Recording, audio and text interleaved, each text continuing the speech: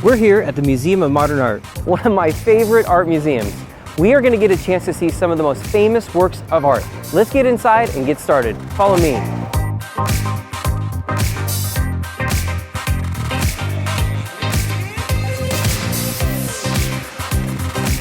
This episode is funded by the Glick Fund and the Crystal DeHaan Family Foundation, who inspire philanthropy and creativity.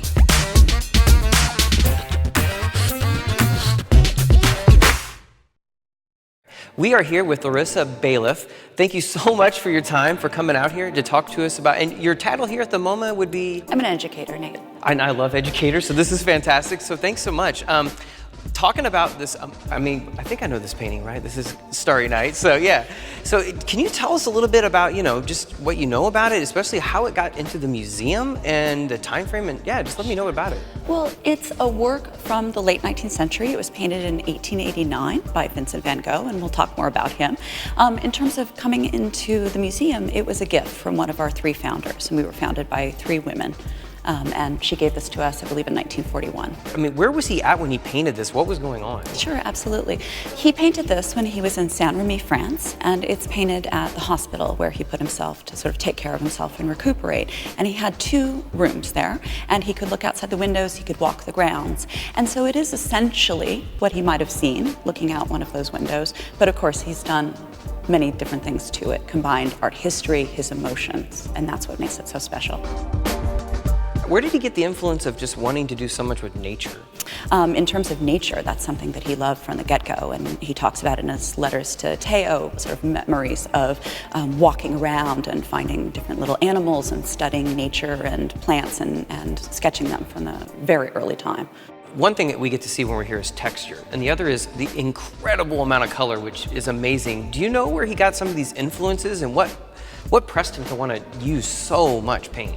I think that's one of the most amazing things about Vincent van Gogh, because he tried on different styles and was exposed to a lot of art history. But then he really settled upon this, what we tend to call parallel brushwork, although there's nothing really parallel about it. It's moving and undulating, but very, very thickly encrusted. A lot of impasto, a lot of paint on the surface. And it seems to have been something that allowed him to really express himself, to really pour himself into the paint. And that texture, it's almost haptic and touchable. And yet in places we can see the bare canvas. So it's not completely covered. It's where he's moved to paint and express himself. In terms of the colors, they're bright and vibrant. And a lot of that comes out of just having been in Paris, living with his brother in 1886 to 1888. He was exposed to Impressionism and what the new artists were doing and using vibrant paint colors. One thing that they were very influenced by were Japanese woodblock prints with the wide swatches of color. And I think that comes across in here, that it's not boring colors, it's not staid, and it's not even a night sky that's so dark that we can't see anything. It's ablaze with blues and complementary orange yellows, and there's color all throughout. There's not just one single sense of blue, yellow, white. Now you've told me a little bit, maybe math or science behind kind of the way the sky looks? Sure. So just to say, this has been such a fascinating and compelling work of art that all kinds of different people have analyzed it, from psychologists to astronomers, and more recently, mathematicians and people involved in physics have really begun to think about how Van Gogh may have had his finger on the pulse of light, for instance, and that somehow he was able to convey or to translate really complicated concepts, like the concept of turbulence. We know he's made thousands of paintings and hundreds of sketches. So why this is like iconic. I would argue probably one of the most popular paintings in the world. Why was it? He wasn't popular. He couldn't sell them. So what changed? What happened?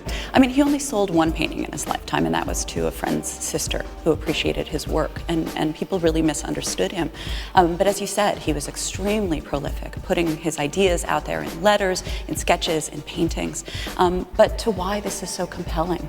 And in fact, he didn't consider it a masterpiece as we do today. But I think people are drawn to it for all different kinds of reasons, partially because we understand more about his life now, and we know that this was a really difficult time to be in an asylum, a vulnerable time where he's expressing his emotions, but also the compelling night sky that fills up almost all of the composition and draws us in, again, with this brushwork that is just moving and undulating, and so different from what any painter was creating at the time, when surfaces were really polished and we were supposed to understand the meaning, and it was clear-cut and narrative, a story, right? That's what you were supposed to get, or to understand that it's a direct transcript of what you see outside. And he is able to blend, I would say magically or mystically, this amazing picture for us. Here he is at his lowest point, almost humanly possible, making his greatest work. But is there any kind of religious connotation with like being at church? Like maybe, I don't know if there's any symbolism there? Absolutely. So, there are so many things going on in this work that we could look to and think about in relation to his own experience in his own life. So he was a very religious person, felt very spiritual, and we do have a church there. But interestingly, this is not what a church in Saint-Rémy would have looked like. In fact, the church that he would have seen or encountered had a dome. And this has a steeple. And yet it's, in the center bottom of the picture. So it has importance there. He puts it in.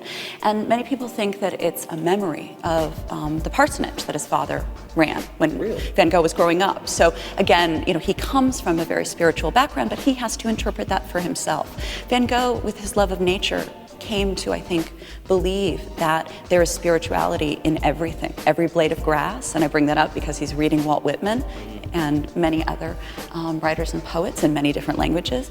But religion is there imbued in, or faith, I should say, spirituality in all aspects of this, in the beauty of things. Since we're looking at the stars and it's called Starry Night, I just wanted to point close to particularly this star here, which seems to be one of the most important for him. Bright. And he believed it was the morning star. We can tell, not from the naked eye per se, although if you look really close you'll see a lot of canvas, that he painted the blue and left blank canvas and then painted the bright colors of the star and moved out and out. Wow, yeah. And you can't, and that's one thing I love about being at the museum. I mean, I can see the book and sort of, but now I can come at this angle and really see what you're saying, that how he applied the different layers. Absolutely. Well, thank you so much for your time. This was amazing to get a few just glimpses of what this work did. Thanks, Nate. It's my pleasure and one of my favorite paintings at the Museum of Modern Art.